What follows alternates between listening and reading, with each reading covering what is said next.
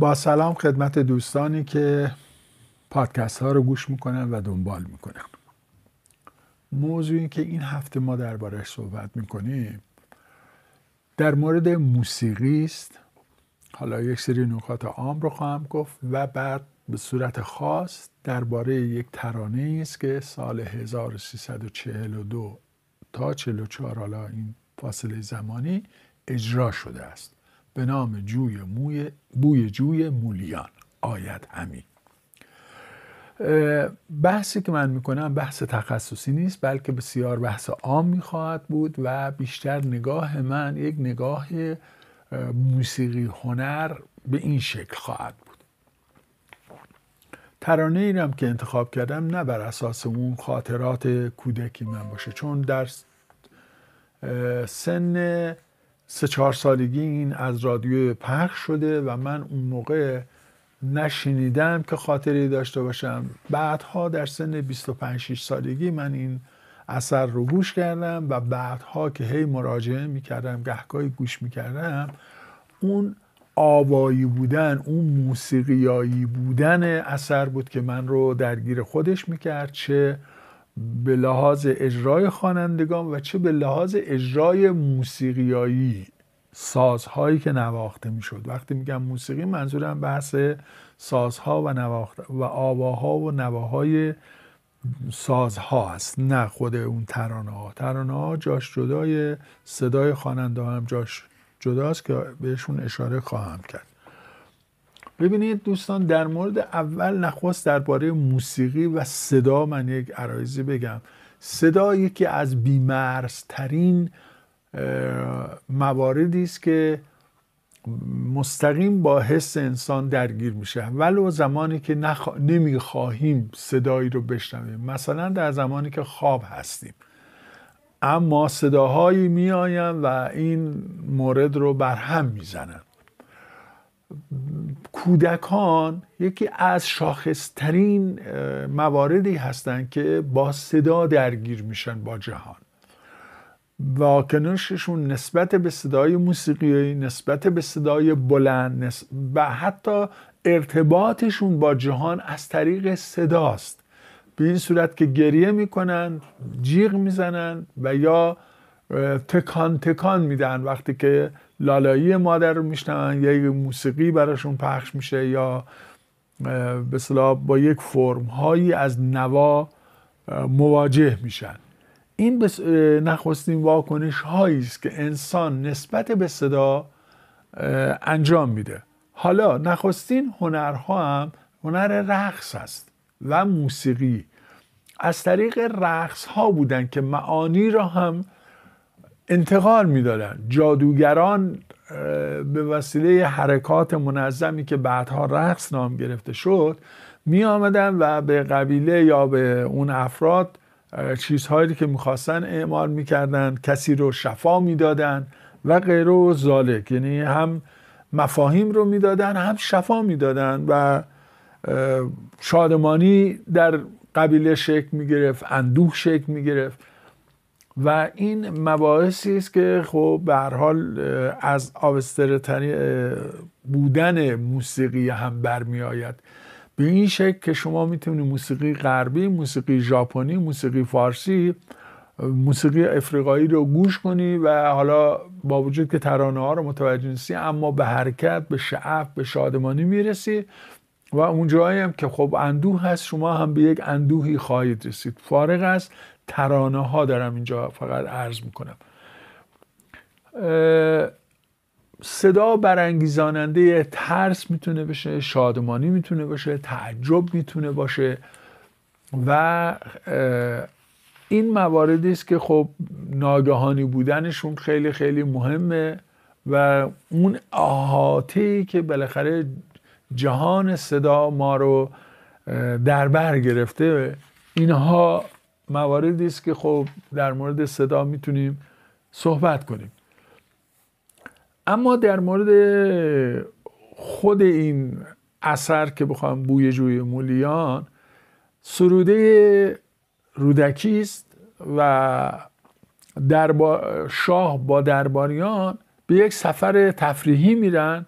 یه ایلاق قشلاقی میرن، بعد اونجا طولانی میشه، خیلی زمان طولانی میشه، هم امور کار یک مقداری بالاخره دچار مشکل میشه و هم درباریان هم بالاخره زن و زندگی و خانواده و اینا میخواستن برگردن، میرن به رودکی مراجعه میکنن و میگن آقا یه جوری شاه رو برگردون. رودکی هم با یک چنگ و یک قصیده 7 سطری سر راه شاه می نشیند، این ترانه رو اجرا می کند و شاه بر می گردد به بخارا.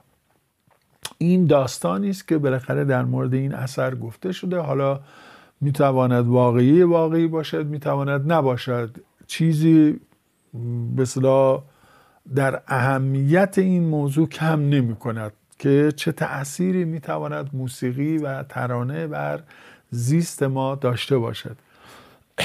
جالبیش هم اینه که این کار رقص همراه خودش نداره، موسیقی شاد و فرح انگیزی نداره، بلکه یک موسیقی نرم و آهنگین است و اون نقش ترانه هم مهمه از لحاظ معنایی، اما مهمتر از اون نقش واژگانی که در ترانه هم به کار برده شده و اون آواهای افت و فرودی که تأثیر میگذارن بر ما به لحاظ حس و برانگیختن عاطفه بسیار بسیار مهم هستند.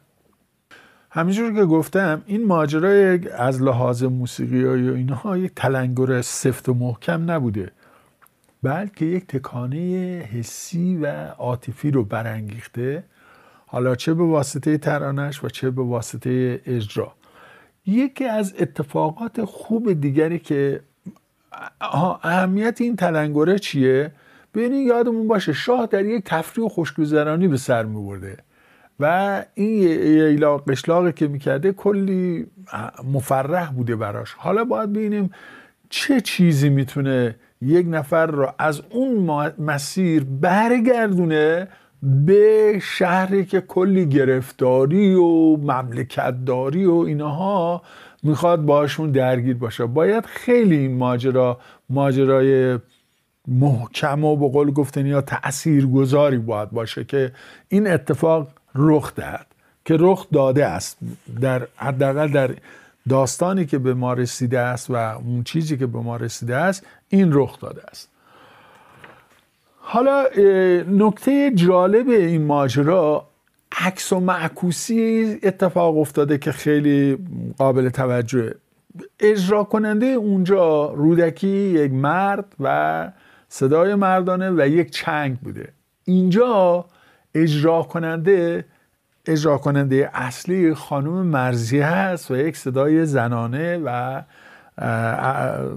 به لحاظ به قول گفتم موسیقیایی با یه خانم طرف هستیم و احساسات زنانه‌ای که پشت این اجرا به ما منتقل میشه. درسته صدای آقای بنان هم هست، به نوعی کاوره و به نوعی تکمیل کننده صداست، ولی نقش بیشتر رو خانم مرضیه در این ترانه داره. یعنی اگر بخوام به لحاظ تعداد سطر را بگیم، مثلا آقای بنان در مجموع 2.5 سطر رو اجرا میکنه، خانم مرضیه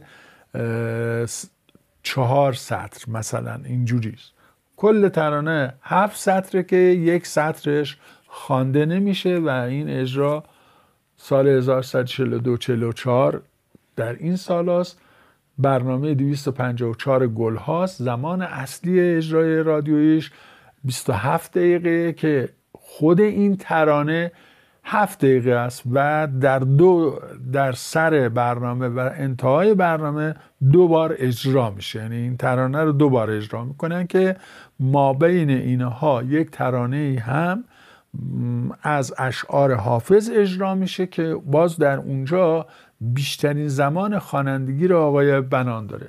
اجرا بسیار اجرای فنی و خوب و عالی است که چون بحثا تخصصی است و اینا من زیاد ورود نمی کنم، اما اون نکته بحث تون صدا، انتخاب تون صدای خانم مرضیه و بنان، ترکیب این دوتا تون ها با هم دیگه بسیار بسیار مهم بوده و بسیار هم تأثیرگذار بوده. توانایی اجرای این دو خواننده هم در جای خودش قابل توجه است و جنس صداهاشون که به صورت پرسش و پاسخ اجرا میشه.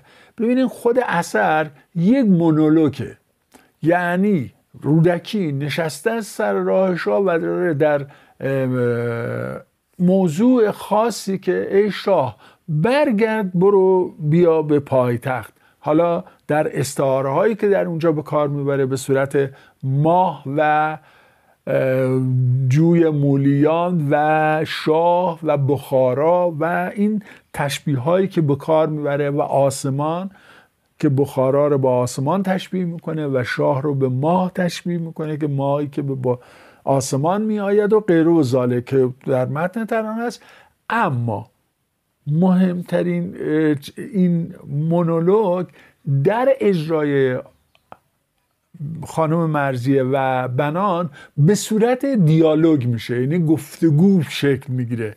یک بخش رو بنان میخونه، یک بخش رو خانم مرضیه میخونه و حتی گاهی اوقات هست یک سطر رو نیمی از سطر رو بنان میخونه و نیم دیگر سطر رو در ادامه خانم مرضیه میخونه که این دیالوگ بسیار دیالوگ جالبی است. از لحاظ صدایی فقط من دارم عرض میکنم که شما یک بخش رو با صدای مرد میشنویم و اون هم صدای پخته آقای بنان و اون تون عالی و از اون ور صدای خانم مرضیه با اون توناژ بسیار بسیار پایین و عالی، یعنی بسیار متناسب این دوتا با هم درگیر میشن.